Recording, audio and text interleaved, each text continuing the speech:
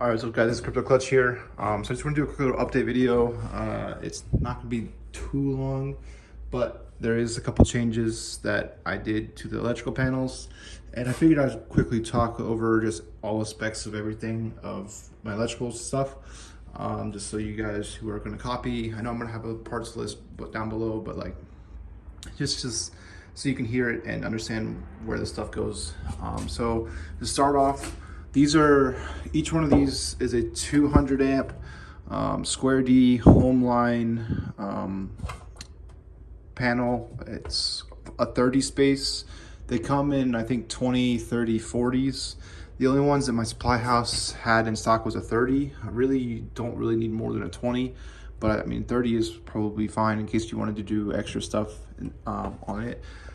Then I have, like I talked about before, you have two runs of 25 foot for 4-aught cable. If you're doing the exact same setup as I have, 25 foot is more than enough.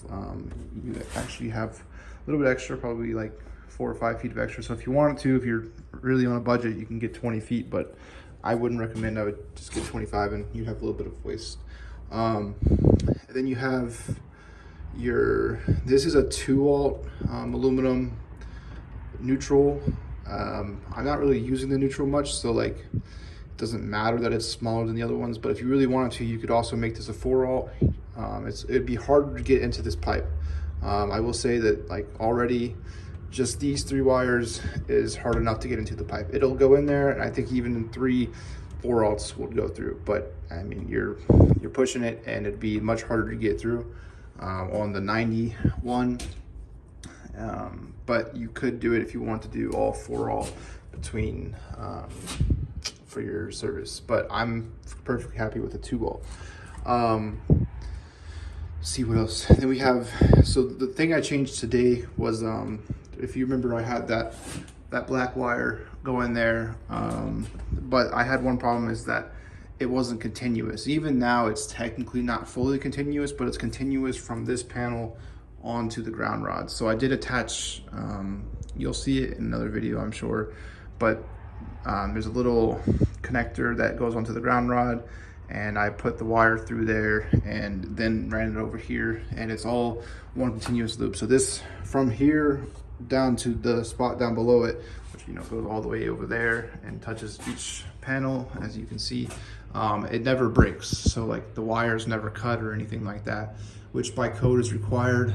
The only problem is I didn't buy enough wire to like be able to go from here out to the panel out there, which also needs another 3. It has another 3 points of connection out there. So yeah, then you have each panel will probably get 8 30 amp breakers. These panels do come with 2 30 amps already, and then each one comes with 3 20 amps or 15 amps, I don't remember, but so it does come with a couple breakers stock, so you don't have to buy as many. They're about $14 or $15 a piece, so I mean it's nice that it gives you 2 of them. Well, you basically get 8 if you're doing 800 amps, but you need like 32. Let's see what else let's see. You need to make sure I mean, this isn't super important, but if you wanted to ground your neutral bar, which I mean technically it already is, but if you wanted to ground your panel, which is painted, so you're not really going to get shocked anyways, but this right here grounds your panel, so make sure you put those in. But I guess the biggest thing was just that I cut all my wires from like here to there. I had a splice, and so it wasn't technically up to code, but I'm happy now that I went, and also like the wire wasn't green, so I was gonna have to tape everything, and it was just gonna be a big pain. But now everything is already color coded, and it's pretty obvious now that this is a ground wire and it's running out there. So we ended up going through the floor, and now that's going outside and it's connected, like I said. Let's see, what else are you gonna need that I'm not talking about? Obviously that's my Avola 10-2 wire. I think that's 500 feet, unless it's been cut off. It's 500 feet, but I don't really, it could be only 250. I don't know what I ordered. It'll be on that order list that I give you guys. But I use these, I buy 5 of these little cheap lights. They're just kind of string together, and what I do is I'll have 4, like 2 on, basically just 2 rows of 2, and then I'll put 1 right here in the middle, so you have a light over your things, and then I'll have a switch probably like right here or here, doesn't matter.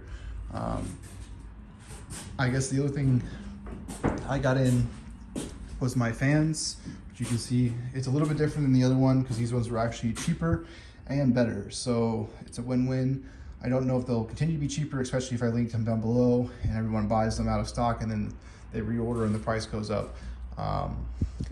But for the other supplier I used was QCsupply.com, and I looked at the exact same one I bought for the first shed. Those had went up to $420 before shipping and tax. So like it probably been like $450, $475 per fan. And these ones after tax were $305 and after shipping. But it also, the website gives you a 10% code right now. So I don't know if that still be a factor. If it wasn't the 10% code, like it would be like $325 or $330 per fan after shipping, which still isn't bad. I mean, it's obviously still better. It's like $100 cheaper than the other one, and this one does 2,000 extra CFM. Well, it's like 1,400 extra CFM. Now the one caveat is this is a 1-speed fan, so it doesn't have like a pull chain where you can control like low, medium, high like my other one did. But they do sell a controller for that, which is another $70. So that might be part of the. So that might be where some of the cost saving was, is that they don't have that controller in there, so they're saving $70 per fan. But it's even then it still doesn't make sense. But anyways, I'm not trying to be like dogging on my other one. But obviously, you can see I bought these from globalindustrial.com. I'll have a link down below. I have it linked already in one of the comment sections of the last video, but I'll link it down below again. But like I said, they were like $305 a piece, shipped to me. And the only one, these ones didn't come pre-installed, but like the louvers, but it won't be that big of a deal because it already has everything, obviously, to install it. But the plan is to do, like 2 up and down here. Then we're gonna take out this window and we're gonna have 2 here. Luckily, this window is the same size as the fan, so this hole will be completely covered over and won't be a problem.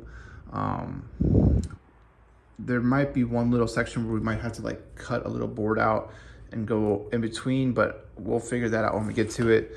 Then we'll have 2 more probably like right here or so.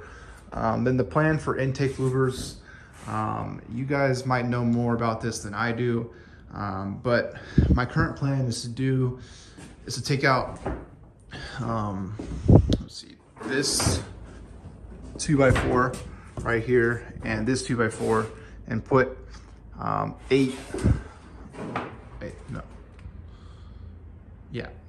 4 30x30 intake louvers right here. Well, I say intake louvers, but it's really just like a opening. What do you call it? It's not an intake louver. I'll just call them intake louvers so you kind of understand. But it's basically like this thing over here. It's fixed permanently and it has more of an angle to keep water out. It's obviously it's an intake manifold. It's meant to be fixed and not to let water in. So like the plan is to put 4 over there, basically take up that whole section of the wall, and then take out this one and this board and put 4 more over here. So it'd be a total of what is that? 8 30x30. So it'd be about 240 inches of opening. Now technically some of that is going to be blocked, so it might not be enough. I might need to try and fit 10 or 12, but it's just going to be a matter of it'll be a trial and error today. So I'm gonna try with just the 8 because they are gonna be expensive. I'm expecting to pay like, I'm gonna do the same thing on the other shed, I think. So I'm expecting to pay like $3,000 to $4,000 in intake louvers, which is gonna be a lot more expensive than the last one. Because I mean, the grates for the other thing was like $500, and the little white things I put on the wall was only like $50. So it's gonna be a pretty big increase in cost, but I'm hoping it'll help both the sheds cool a lot better, because right now we are having some cooling issues over there in the shed, and it's, you know, coming on summertime, so it's pretty important to get it cooled better. But I think that's all I wanted to talk about real quick. I just wanted to make a video for you guys. So the next plan for me is Monday, which is currently Friday. So this coming Monday, I'm gonna get the meter box and the CTs so we can get everything installed for everything, for my main electrical stuff to get inspected, because I'm not gonna get the Brent circuits inspected because it's not required. And then after that, you know, I'm gonna start running the 10-2, well, that stuff all the way down this wall, and putting, you know, I just thought about that. The fans might be an issue for that, but we'll have to make it, we might have to move stuff up. So we'll probably do fans after. I was thinking about doing fans tomorrow, but we might have to wait on that. I'm thinking on the fly right now, sorry. But because it took up a lot of room going over with 4 sets of wire all the way over here, and if that goes 48 inches down or 50 inches down, you know, that's going to take a lot of the room, and that's still going to have basically like 3 rows of wire going down below it. So I have to see if we have room for that. We might not. Might have to go up higher.